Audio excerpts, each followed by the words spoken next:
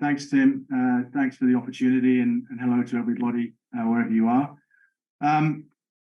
Yes, we are a bulk commodity bauxite producer. I emphasize producer. We've had some interesting high-tech and prospective presentations in the Share Cafe already, but we're already a producer. Not so much high-tech, relatively all known technology. You can see on my opening slide here a bauxite barge next to what we call a floating crane barge, which is very high capacity crane that transfers that bauxite into a Cape-sized vessel. That's 180,000 ton Cape-sized vessel. It's a very important piece of our supply chain, which I'll reference earlier. So next slide, please. That's the forward-looking statement disclaimer. So next slide. So I'll just touch on people first. The operation's been running since 2018. One of the few junior mining resource companies to go from prospect to actual operations. So that's an achievement in itself. The company sort of got into a little bit of trouble during the COVID time period, and the market was difficult. And so there's been largely a change out in the board and in the management team in the middle of 2021. So what you can see there is that change out has largely brought in a group of board and management that have come from the big bulk players and also the aluminium industry to try to take Metro from being a junior small cap to a mid cap player from an operational market and development perspective. So a group of board directors and management team. I myself spent 20 years at Rio Tinto with in bulk commodities, iron ore, copper cons, coal, and bauxite and alumina. So relevant, and we've also got experience out of Glencore, of Alcan, and indeed from a North Queensland perspective out of the Cape Flattery silica operations. So next slide, please. So we are, if you want to get access to bauxite, and I'll explain a bit more about bauxite in a second, but if you want to get access to bauxite, we are the only pure play bauxite producer on the ASX. So that's encouraging in its own right. We are currently trading at about a $70 million market cap. I'm going to talk to you about the value of the company because it's important. We are in the middle of an expansion process that's got 12 months to run, and the NPV of that expansion, as stated in our DFS from the middle of last year, is roughly 370 million, which would indicate an NPV per share of roughly 7 cents, and that's broadly in line with the broker target prices that are out there in the market at the moment. So relatively speaking, 4 to 5 times upward opportunity in value from a share price perspective. And I'll go into the reasons why that's likely to occur. Next slide, please. So what is bauxite? Bauxite's a relatively unsexy bulk commodity. However, it's the only way that you can make products called alumina, and alumina is the only way that you can make pure primary aluminium. And pure primary aluminium is very important. We all obviously have known for decades aluminium in your food containers, cans, in terms of your windows, doors, furniture, etc., and so on. But there's a huge growth occurring in aluminium, and that's coming from the energy transition. It is a big element of lightweighting of transportation. So in terms of trains, trucks, and cars, as we try to make them lighter. And the reason we're trying to make them lighter is because we want to put big batteries in them. And the batteries themselves are about 20% made up of aluminium. So the transportation sector is a very important part of the growth in the aluminium space. And also those of you who've got solar panels on your house would see that the backing of the panels, the the frames on which they sit on, and indeed in the turbine space, there's a large amount of aluminium in those areas. So what does that mean for demand? So next slide, please. So aluminium is growing. It is growing at above normal world growth pace. So it's looking at about a 40% rise in production over the next 10 years. And as I said earlier, a lot of that growth, about 2/3 of that growth, is coming from the energy transition space. So from solar, from wind, from vehicles, and from electricity transmission. So aluminium is a substitute, a cheaper substitute to copper. And so copper is being, obviously, in the way that we're transforming our grids to take on renewable power, it's going to be a critical part of how the globe deals with the energy transition. So about 40% growth in aluminium, but let's go to the next slide. There's going to actually be a 70% growth in bauxite, and that seems slightly strange, and that's traded bauxite I'm talking about. So that's the market that we play in. So why would traded bauxite be going up at a much greater rate? And we're seeing predicted demand of about 70% growth in that traded bauxite demand. This is the picture in China. They make up a large part of the Asia Pacific growth in traded bauxite. And if those of you who were around in looking at bulk commodities in the early 2000s will remember the iron ore story. So when iron ore, steel production was growing at 3 to 4% per annum to underpin the growth in China and India and other places. And that traditionally had been supplied by domestic resources in China. And then domestic resources started to fall away. And exactly the same picture is now happening in the aluminum and aluminium sector in China. So you're seeing not only a growth in production of aluminium and demand for aluminium, but you're also seeing domestic resources on the graph here in the blue at the bottom. You're seeing a falling away of domestic production by Chinese mines of bauxite. So the traded sector is actually growing at a significantly higher rate than the actual growth in demand for aluminium and alumina. And this is just China. They do currently make up most of the Asia Pacific traded demand for bauxite, but you're also seeing growth in India and growth in the Middle East as well on top of this. So we are entering into what I think is a very, very strong medium-term growth market for traded bauxite, and we have a strong role to play in that. And I'll explain why. So next slide, please. So when it comes to a mining company, indeed a bulk commodity mining company, there are a few things that really matter. So first is the resource base.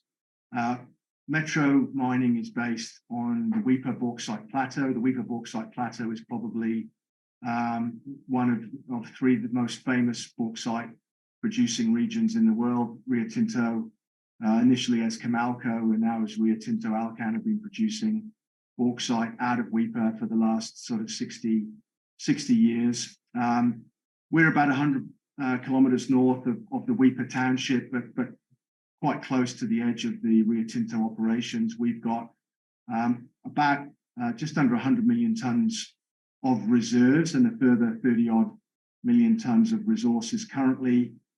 It's a high alumina direct shipping ore. It is 50+% alumina. We don't need to process it to be accepted by our customers. And it's a simple, low-cost mining production process. So our resources are very, very close to the coast. We've got about a 5 to 22 kilometer haul from the pits to the port. The pits have a very low strip ratio, so we've got almost no overburden to take off, and about a 1.5 to 3 meter ore horizon. The loading and hauling is quite simple, using front-end loaders and haul trucks with kind of like you'd see on the road, so triple trailers and quadruple trailers onto primary movers. We then load onto barges in the Skardon River, and we use tugboats to move those barges at about 20 kilometres offshore, where we have this floating crane and the barge coming alongside a large ocean-going vessel. The current capacity we have at the moment is roughly 3.5 million tonnes to 4 million tonnes per annum, and we are moving in the middle of an expansion underway to 7 million tonnes. So next slide, please. So the expansion is the critical story that I want to sort of explain to you today. This is not a greenfield site. It's an existing site. What we have is a low capital, low risk brownfield expansion, and it will deliver a payback on the capital expended in less than 2 years. And the most important part of it is that we're leveraging the economies of scale that already exist. There's latent capacity sitting in our business already that we're able to leverage. So the board has approved a DFS in the middle of last year, and that obviously requires everything from the mining, the hauling, the screening at the port, and the supply chain, so tugs, barges, and the transshipping to move from the current 3.5 to 4 million tonnes up to 7 million tonnes. We've got we did the DFS at 6 million tonnes to be conservative. What that means is that we've got about a 1 million tonne additional opportunity above the DFS level. We have contracted sales, so we've got contracts already locked in, 5 million tonnes this year and 6 million tonnes in 2024 that underpin the expansion timeline, and that's on a mix of FOB, free on board, and delivered pricing. So about 70% of that is open pricing, and prices are now recovering and increasing post the COVID period as this demand comes through. So the expansion has outstanding economics. It's going to deliver an IRR of just under 80%, and that's a margin of roughly $14 per tonne on the DFS numbers, and you can see some additional data there on the right-hand side. CapEx is just under 30 million as per the DFS. We are going to the final investment decision in the next few weeks. We'll update the market as to that, but it'll be pretty close to those numbers. I expect the economics to be slightly better in the new case because of pricing, the pricing expectations having increased somewhat in the market.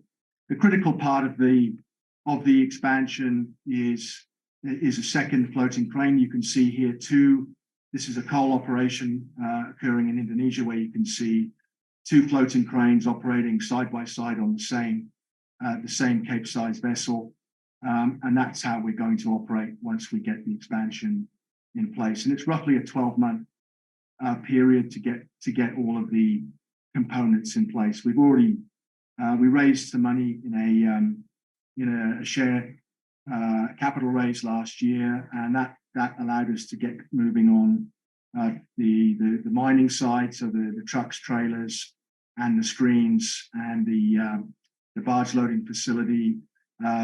Tugs and barges are also under order, and we're about to commit to that second floating crane, and that's about a 12-month lead time. So we've got we also are now funded. So we announced last month in March that we've achieved a $45 million funding package from the Bahrain partners. So that's in a 2-tranche facility, $30 million in the first tranche, which we have drawn down in the last couple of weeks, and a further $15 million as required later in the year. This debt package is flexible. We've had interest from the Northern Australia Infrastructure Fund facility, to make available funds this project because we are in the northern part of Australia in Cape York, and they're interested in helping us to deliver the expansion as well. So we don't need to necessarily draw down on all of the Nebari funding. Okay, next slide, please. So in any bulk commodity, it's about where you sit on the cost curve. And so you can see at the moment, as per last year, we're sitting roughly on the border of first and second quartile of the cost curve. The cost curve for bauxite is relatively flat, but the most important thing for us is that with this expansion, we will be literally at the bottom of the cost curve. And this is on a delivered basis to our main market, which is in China. So it includes all of the freight, etc., to get to market. So that is a true comparative benchmark. So look, being bottom of the cost curve means that we will be able to weather all of the cyclicals, ups and downs in the market moving forward. We do have a 15 to 20 year mine life with our current reserve base, and we would expect that we would be adding to the resources as well during this period. Okay, next slide, please. So look, as a summary, this is a very exciting time to invest. We've de-risked the existing operations. The market is recovering, and we've got the expansion underway. It is an operating mine with an existing reserve base. We have the market and contracted customers in a market that's growing strongly. We've got a low cost and low risk business model. We're shipping in very large vessels, and at 7 million tonnes, we will be at the bottom of the cost curve. A very good dedicated workforce, including a large component of Indigenous workers in the Cape York and North Queensland region, and now an experienced and top-tier board and management team. And this transformational expansion really does leverage the economies of scale that are latent in the business. And that last part, which is critical, we have now all the funding available to execute on that expansion over the next 12 months. Thank you, Simon. You're a long way down the track. We've got time for a few questions. Just the first one, a bit of a due diligence question. Greenstone Investments LLC, I think they own 19%. Who are they? So they're a private equity group out of the UK. They invested at an early stage in Metro prior to development and have been with the company for that long. So they, I think, around 2016 came into the company and have been a very strong supporter. Have also provided some short-term working capital and financing facilities over the last couple of years, which have really helped us through some of the sort of the crunch times in the company's past. So very supportive shareholder, and Mark Sawyer is on the board of directors. And can you touch on? You did touch on, but can you elaborate more in regards to what happened during COVID and kind of what's the management team done to kind of de-risk the business post-COVID? Yeah, no, good question. So look, I think Metro, as I said, was only just starting up in that period, and I think the critical issue, it entered COVID without firm contracts in place, and demand, the demand for bauxite, for traded bauxite, really dropped considerably over that 2020-21 period. So that was the first factor. The second factor was that just coming out of COVID, the freight market became extremely volatile and indeed went through the roof. And so Metro at that point hadn't invested in a transshipping solution that was going to allow them to ship in large vessels. So we sold, the new management team came in 21, and the critical factor was in the back half of that year and into 22, we were able to get more sales contracts in place. So we were able to fill the current capacity and then underpin the expansion. So we have now a fully contracted sales book.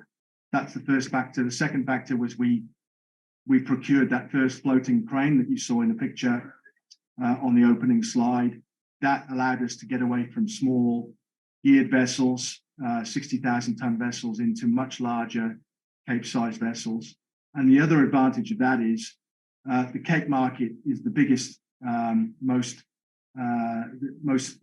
liquid freight market in the world, and that means we can take out forward positions in the freight market. And so the management team took out 2 long-term contracts in Cape-size ships that we were able to then significantly reduce the freight costs. We more than halved the freight costs in the business. So those are probably the 3 key factors to drive the recovery back to cash positive last year. Thanks, Simon. A question here: when will screening infrastructure be upgraded? So the screen infrastructure is also part of the focus in the next 12 months. We're moving to the current screens. We'll be able to do the 5 million tonnes for this year, but to get to 7, we're going to need to add to that.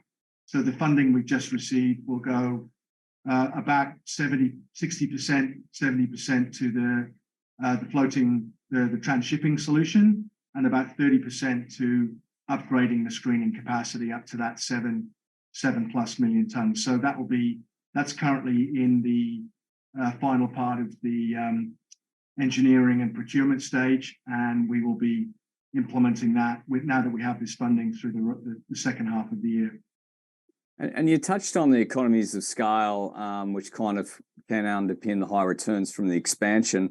Does that involve a change in process? There's a question here in regards to could costs be reduced further with a slurry pipeline instead of a road train? So can you talk us through those economies of scale? Yeah, sure. We've been running a 4-panel system at the mine, but we've only actually been filling 3 of the panels up to the start of this year. That gives us an immediate 33% uplift in productive capacity by filling the 4th panel. So we have all of the mining equipment that we need to get to the 7 million tonnes. We are adding some extra trailers, but effectively the same prime movers. 6 trucks will still be able to do the 7 million tonnes if we add another trailer to the back of each of those consists. The screens, as I said, can currently do probably 5 million tonnes, and we'll be spending money on that.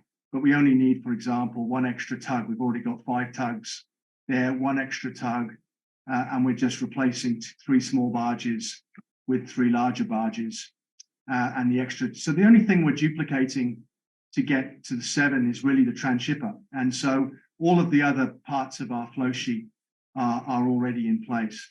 And one of the advantages of Metro, it's a good question about sort of the pit to port. It's a very short distance, and so the capital involved in a slurry pipeline is, for example, significant.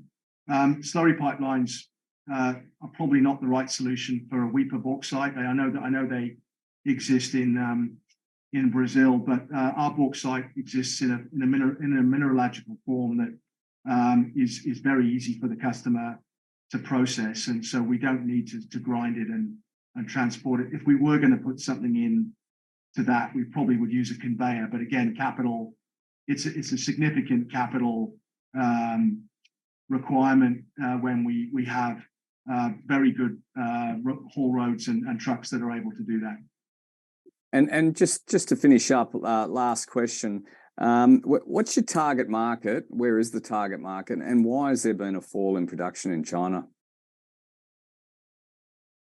So the Asia Pacific, China, as I said earlier, is the majority of the traded market, and you can see with their own domestic production falling away, bauxite production falling away, why they are very keen to lock in overseas supply.